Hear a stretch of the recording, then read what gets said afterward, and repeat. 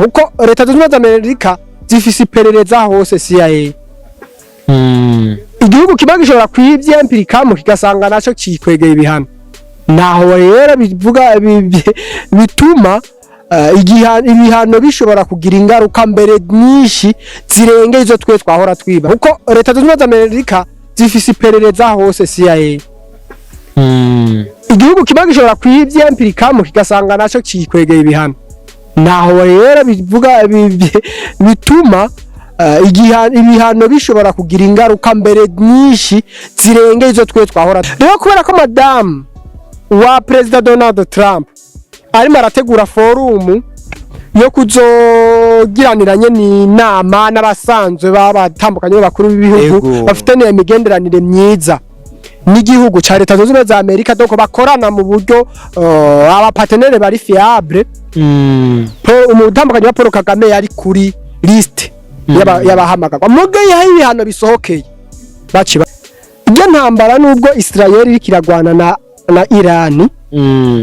Ariko biraboneka ko mu mugongo wa Israel hari Amerika. Kandi hajya muri ku mugongo wa Iran hariho ibindi bihugu nk'Uburusiya n'Ubushinwa. Urumva rero Iran na Israel baba nk'ibikoresho byo kugira ngo bijya bifi binini bigwane. Rero munsi Amerika iragomba guhombya hasi hejuru Ubushinwa. Boba wifuza kuja korera hanze y'igihugu na cyane Dubai. Hariho benshi tumaze kwifashamo.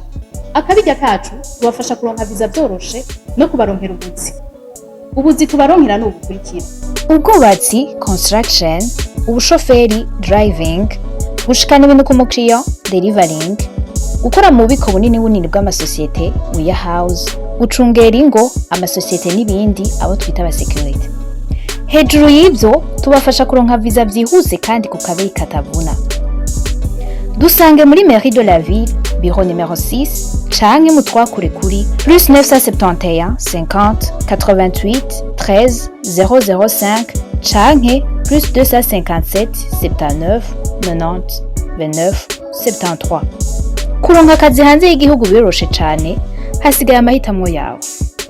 Yacu kuri screen zanyu canke screen zacu dufise umuntu adasanzwe cyane umupatriote asanzwe akunda n'igihugu ciwe cy'u Burundi. Reka tumuhe ikaze yongere abaramutse abakonzi biwe aramutse abakonzi bayaga nawe TV. Yes, anabidondora. Reka ndabaramutse nanje ariko wamaze kumvuga ariko reka nanje ngiye ko barasanzwe banze ni Diedone kaba nkoresha urubuga cyane yitwa Burundi etanu. Rero nishimiye kwakirwa muri studio za Yaga nawe. Yego kambure nongere mpikaza n'abagomba badukwirikirane kuko ni nabantu bagaciro kuko badutega amatwi nkumbure tukababwira muri bi tukabaho kuri kugira ngo ibinyoma canke ibindi bizungurwa kuri zimbuga na cyane biza kubesha bigacurika ibiriko bibera muri Kongo canke ibiriko bibera mu Rwanda canke ibiriko bibera mu Burundi bakagomba kubicurika. Rero twe tuza kugira ngo tubicure na cyane tutarandiriye. Reka cyo twururira ngaho nyene hari amakuru menshi amazi gihe karavugwa amakwize indwi ari karavugwa ku yugagwa ry'u Burundi nako kuyigagwa ry'u Rwanda ku bihano vyafatiwe igihugu cy'u Rwanda. Akaba ariho n'abashefu mu gisirikare bavugwa ko nabo nyene ivyo bihano byo byarabakoze ko bimeze gute kuko haraho benshi ko abisigura ubutandukanye abantu benshi ntibararonka umuco wavyo nyawo bimeze gute. Igihugu cy'u Rwanda cakomeje kurenga ku masezerano casinye yo guhagarika intambara muri Kongo basinyiye Washington. Kubera kuyarenga ko rero niho haturutse ivyo bihano. Ivyo bihano bifatigwa igisirikare ca Kagame n'abandi bayobozi bacu hejuru. Rero ivyo rero ni ingaruka mbi ku gihugu, ni ingaruka mbi ku gisirikare cy'igihugu kuko nta gihugu kitabaho gifise igisirikare. Iyo igihugu kibayeho gifise igisirikare gifafatiwe ibihano birangira habayeho ihirima ry'ubutegetsi. Ubwo kwa bino bihano byafatiwe u Rwanda nta bintu byabyishije inyuma ibintu bihari nuko ico twomenya nuko icihishije inyuma hariho ingorane igihugu cy'u Rwanda kigiye kugira biturutse kw'ivyo bihano. Rero benshi ntibashobora kubimenya n'abandi nabo bakaca bagomba kuvyinterpreta nabi. Ubona ko n'abanyarwanda ubwabo bo baca bagomba kuvuga ko ataco bivuze, ariko ubundi barinze bavuga ko bashatse kubiboroka bikanka, ariko bakaruhirwa kubifatirwa. Uca wumva neza yuko igisirikare gifatiwe ibihano kibuzwa kugurira ibigwanisho hanze. Babafatiye mufise mugumana ivyo nyene, nukuvuga ngo wowe nimba ufise mu doko nk'ubu igisirikare cy'u Rwanda kiba kigiye mu ntambara, byo kigora kuzoza kuronka ibigwanisho ku mwanya, kuko ibyo coronka cyo byose nibica mu binywabi, nibica mu mafrode. Rero fraude rimwe na rimwe zirafatwa, fraude rimwe na rimwe barazitangira. Nk'akarorero igihugu bibanyi nk'ibihugu nk'Ubuganda nka Kenya byoshobora gufasha u Rwanda mu kugura ibigwanisho, ariko bigiye kumenyekana kuko leta zunze ubumwe za Amerika zifise iperereza hose CIA. Igihugu kiba gishobora kwivyempirikamo kigasanga naco kikwegeye ibihano. Naho rero bivuga bituma ibihano bishobora kugira ingaruka mbere nyinshi zirengeye izo twe twahora twokwibaza. Ego u Rwanda rurafatiwe ibihano, mbega mw'ivyo bihano vyafatiwe u Rwanda byoba yuko bituruka kuki? Kuko nimba bafatiwe ibihano hari ico u Rwanda ruko rurazira, nibiki ko bituma u Rwanda hari abantu benshi badatahura bafatiwe ibihano byoba yuko biva kuki? Source yavyo ni bimwe mpereyeko.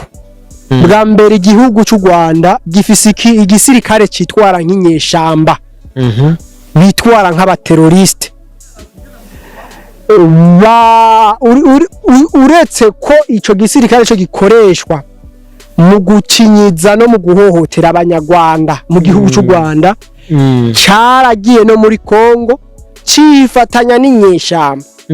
Ayo makuru urayazi canke n'abandi batwumviriza barabizi neza yuko u Rwanda rwiporokaranye ko rukorana n'inyeshamba zigisibije mu gihugu ca Kongo.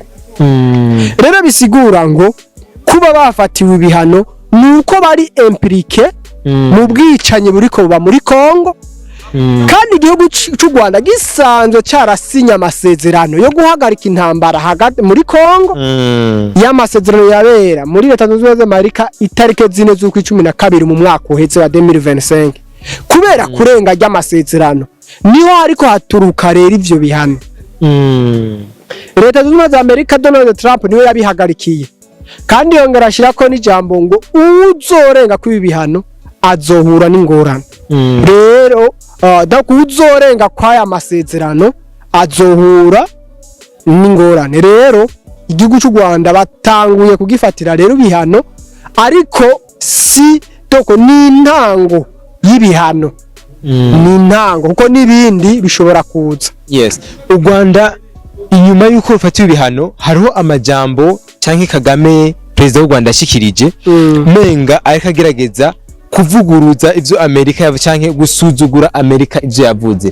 Wowe nka rupatriot bivuga ko iki ko baragasuzugura ko umukuru w'igihugu canke ni mico y'u Rwanda basanzwe bafise? Uretse ko mu Rwanda hakwiye umuco wo gusuzugurana, urabibona ingene bagomba gusuzugura ibihugu abo mu bihugu by'u Burundi nuko na Kongo, ivyo ntitwobihagararako, ariko urinze ubona n'umukuru w'igihugu aba mu byo gusuzugurana. Novuga ni kwa kundi bamenyereye yuko umengo bobo bama bari mukuri bagahishirwa imisi yose bahora bama bahishirirwa ibyaha bakora, ubwicanyi bagenda bakora mu buri Kongo, bakabona ko leta zunze ubumwe za Amerika atasho zahora zivuga. Ariko no munsi amazi yara doko novuga ati doko na leta zunze ubumwe za Amerika zahavuye zibona yuko zigomba gufata Kongo nk'umupartenere direct. Rero bariko bashira ukuri ahabona. Rero Paul Kagame bwa mbere yabivuga yibaza ko Amerika itazomufatira ibihano. byo kuvuga ngo ibihano ngo sanctions nyinyi ngo sanctions urabizi neza ko muri ukwibohora kwabaye mu mwaka uheze n'iryo jambo yarivuga ashiramo ngo ibintu byo gutukana ngo go to hell rero abanyamerika uno munsi bariko baramwereka rero yuko kuba yarabatutse byabashikiriye kandi ikindi naco Paul Kagame niwe muntu ariko yigomba kwiyubaka no kwigira nkaho umengo niwe amperere w'akarere mu kurondera gushinga ikintu ciswe baba ngo empire hima gufata u Rwanda agafata Kongo akazunguruka kaza mu Burundi urumva akagira ikintu c'ubwami ciwe ivyo bintu vyahora akibona ko mu nzira yiwe arimwo akabona yuko bishobora kuzohava bikunda niho hajya yigira ikihangange kabona ko ibihano ataco vyomugira ariko uno munsi akibona ko ibihano bigomba bimufatirwe yaragiye no gusaba imbabazi yagiye guhishwa muri Amerika aratanga amamiliyoni y'ibiturire ngo arosaba senateri bamushikira mu biro kwa Trump ari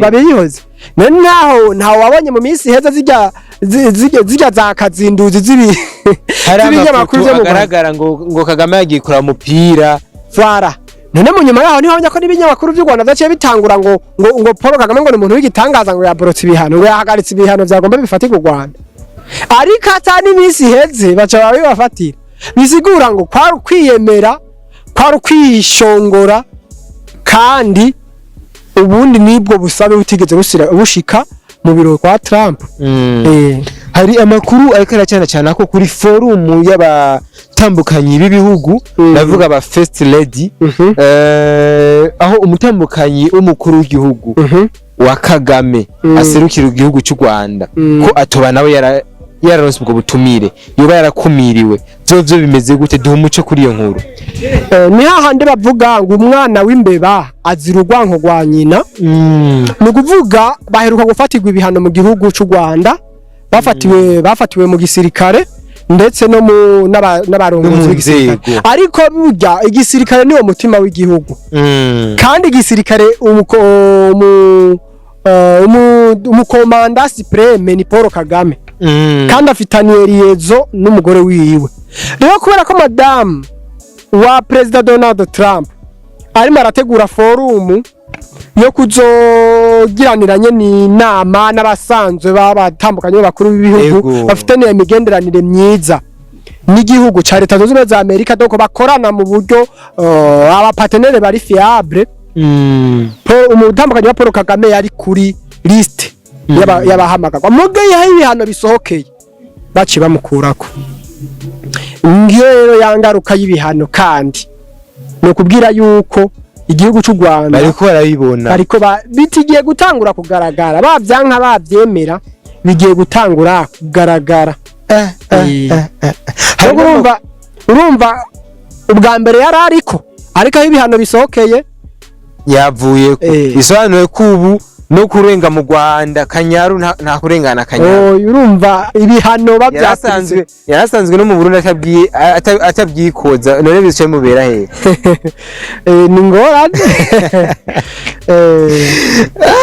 ni atari barimo bavuga ngo ibihano ngo nta ngorane ngo ntaco byobagira urinze ubona batangura kuza babifatira n'umuntu mengo ntavyo yararimwo ugasanga izo nama ntashobora kuzita babivanye n'ivyo bihano ucamva neza ko ivyo bihano bifise uburemere kandi biri niyo biriko birerekana kandi bikomeye ubwo birashoboka ko n'abanyepolitike bamwe bari mu butegetsi bwa Kagame donc abategetsi muri ko mu Rwanda bashobora kubuzwa bakimwa amaviza yo kuja muri Leta Zunze Ubumwe za Amerika bajya mu bashikiranganje bashinga amateka ugasanga ntibemerewe kujayo none hano atabahemerewe kujayo umukuru w'igihugu abo bose bemerewe kujayo oya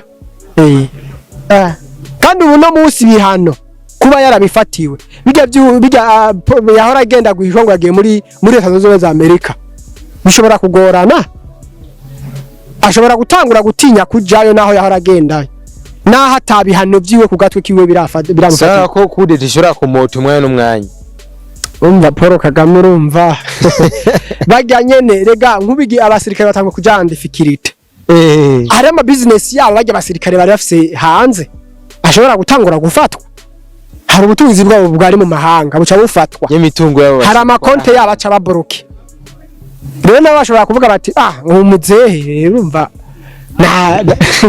umuzehe nta mpamvu yo kubandanya dufatisha ibihano duhanwa kubera duhomba imitahe yayo hari amakuru menshi akavugwa yo muri Nyungwe n'igihuha numvise ahantu sindemeza neza ko cyo bari cyo ko hoba hari ikintu cyo gutegurwa muri Nyungwe byo bimeze gute hari cyo umaze kubironkako bona makuru turiko turumva ariko tutaragira ivyemeza bikwiye ariko urinze ubona igihugu gitangwa gufatirwa ibihano kubera amakosa urinze ubona ubutegetsi bw'umuntu butangura gufatirwa ibihano bagatangura ku gisirikare ku mutima w'igihugu uca wumva neza ko ico gihugu giriko gikora amakosa doko novuga ko ari arenga imigabane niko no bivuga arenga imbibe rero urumva neza ko uwo muntu abanyepolitike basanzwe bagorwanya ubutegetsi bw'iwiwe nabo baca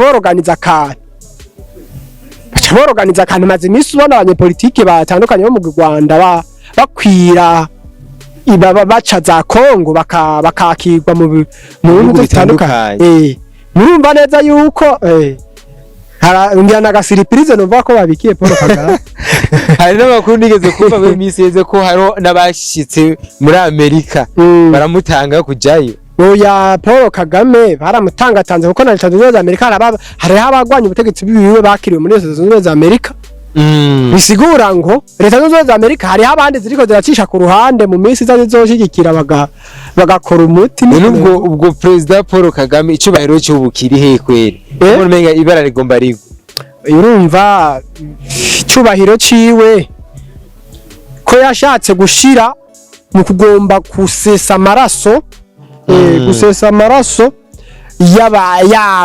y'abakongomani agasesa amaraso y'abanyarwanda icubahiro ciwe wumva cyobaho gute amaraso arahuma mon frère amaraso arahuma arabahumiye bose oya wiringoma yobahumira gute kandi ujya nawe ahubwo yahumiwe n'ivyo yakoze kuko byinshi biko biva kwa n'urupfu rwa Wiringoma kuko witwa muri Kongo zinyeshamba zikiruka ni nyuma y'urupfu rwa Wiringoma oya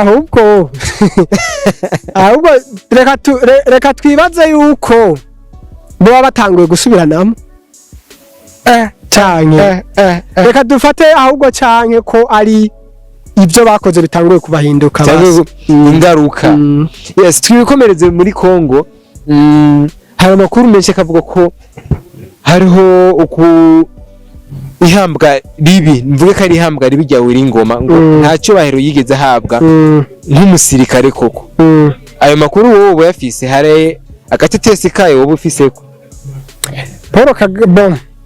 Paul Kagame abamukoreye bose nta nimwe yigera baheza neza kandi ujya ntiyari n'umusirikare ujya n'inyeshamba ujya nta mu bisirikare ujya nta ntiyoharugwamo ko yanigeze kuba n'umusirikare ntiyigeze aba n'umusirikare w'u Rwanda nta n'inyeshamba nta identite bafise rero kuba yahambwe nk'imbwa ivyo n'ukuri doko bivuga ati yarose niki n'ingaruka z'ibyo yakoze ikindi naco Leta ya Kongo ujya yoja kumuzura bamenya aho yahambwe uyu munsi intambara yaheze boza kumuzura bakamwerekana bakavuga bati bakarondera ahantu babashira zijyanyeshamba zose bakazozurondera izazi bajya bose bumvise bagiye barapfa bari muri zijyanyeshamba Leta ya Kongo ikazoberekana ivuga ati ngaba bamaze inganda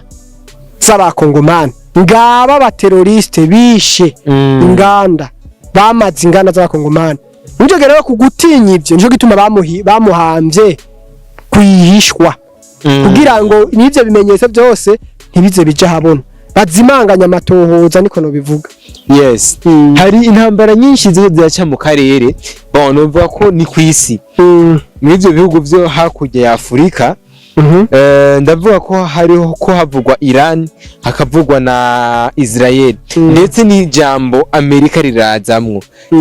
Hari benshi badatahura ino ntambara icikiravako kuko abenshi nk'abarundi impamvu twagize ubwoba nuko dufise abana canke abavukanye canke abagenzi bari mu gihugu ca nubakari igihugu canke mu gace ka Dubai. Ibikorwa byabo bitako bigenda neza ndetse n'abarundi bamwe bareko bafise ingendo bateguye baja muri Dubai zahagaze. Eski iyo ntambara yo bikiva kuki? Eski ivyo bihugu bitatu biriko bipfa iki? Mu bisanzwe izi ntambara ziri mu buryo bwo kugomba kunyinyurana hagati y'ibihugu bikomeye. Kandi izi ntambara ziriko ziraba zihagaze ku butunzi. Hari ibihugu birimo biragomba kimwe kigagombza guhomvya ikindi. Reka nabivuge mu buryo iyo ntambara nubwo Israel iri kiragwana na Iran, ariko biraboneka ko mu mugongo wa Israel hari Amerika. Kandi hajya muri ku mugongo wa Iran hariho ibindi bihugu nk'Uburusiya n'Ubushinwa. Urumva rero Iran na Israel baba nk'ibikoresho byo kugira ngo bijya bifi binini bigwane. Rero munsi Amerika iragomba guhomvya hasi hejuru Ubushinwa. Amerika irashaka gusubiza ubutunzi bw'Ubushinwa gustopa umuvuduko w'ubukungu kwiterambere ry'Ubushinwa. Niho rero hariko haviza intambara kugira ngo bijya bitoro byose biva muri Iran vyerekeza mu Bushinwa, Amerika ibikupe haje habariye babo bituma babahereza ivyo. Ego muri ubwo iyi ntambara iza bidukwegera mu ntambara y'isi yose kumenga ko Amerika iravugwa mu izo ntambara ikongera ikaze gacivugwa ino muri Afrika aha muri Kongo ko ishobora ko irafasha Kongo. Mbese ino ntambara iza bitugeza ku ntambara y'isi yose. Benshi bafise ubwoba tese naje ndashobora kuba novuga ati iyo biriko biratujana si heza kuko kuraraba Iran irikirasa mu bihugu 12 byose bikikuje Iran. None umunsi byatanguye gusubiza muri Iran navyo zisha bigenda gute? Umunsi bijya bihugu navyo zitanguye kurasa navyo bikarutumbereza muri Iran, numva ko intambara izoca yaguka. Kandi urabona Iran nayo isanga izirasamwa bijya bihugu kubera hasanzwe hari amabaze militaire ya leta zunze ubumwe za Amerika bahagurukira baje gutera muri Iran. Rero ico gihe mu kano kanya sinokwemeza ko ari intambara ya gatatu y'isi, ariko nayo irashoboka mu gihe ibintu byose byobandanya byaguka. Hamwe byobandanya byaguka aho gutera ahubwo habaho kumvikana, biraboneka ko abo bitwerekeza atari heza. Yes, reka tugushimire rero Patriot. Reka nandi ndabashimire mwe mwashoboye kumpamagara tukaganira. Shimire n'abadukwirikiranye. Yes, nk'akajambo k'agasunika rugi wogenda utekereye abakunzi bawe ba Burundi etanu ndetse n'abakunzi ba Yaganawe TV ko bari nk'akahe. Tugwanye ibinyoma kandi tureke gushira gusakaza natwe ibinyoma, dushira imbere ukuri. Hanyuma ikindi naco tujye kuraba ibihe tugezemwo, tumenye ko isi iri kiraja mu yindi etape. Novuga yuko bisaba ko buri muntu wese sitwande ko ndaberera nk'abarundi bamenya aho bari hose gukora cyane kugira ngo iyi si iri kiragenda izunguruka. Bamwe bagomba ubutunzi bw'ibihugu bugomba gushira hanze ubundi butunzi bw'ibindi bihugu. Rero natwe nk'abarundi tuzobe twarabimenye kare tugira tuze duduze ubutunzi bw'ibihugu bw'igihugu cacu. Yes, reka ndabashimire mwebwe mwese mwafasha akanya mwafasha agatebe kugudukurikirana kuri Yaganawe TV. Ndabibutsa ko yari Yaganawe TV. Commentaire ni kibanza twabasigiye kugira ngo mwebwe mwese mufise ico mubaza canke mwunganira mwandikemwo. Nimba ico mfise mubaza Burundi etanu turabahaye ikaze mwandike kugira ngo ejo aho bukera tumuhamagare aze abasigurire kuvyo mutatahuye ko. Ndabibutsa wowe utarafyonda agakengeri no mukanya kako gufyonda wongere upataje kino kiganiro ku bagenzi bawe bashoboka aho bari hose. Ndabibutsa ko ari Yaganawe TV kuri microphone ya Mr. Kido Truth. Bye bye.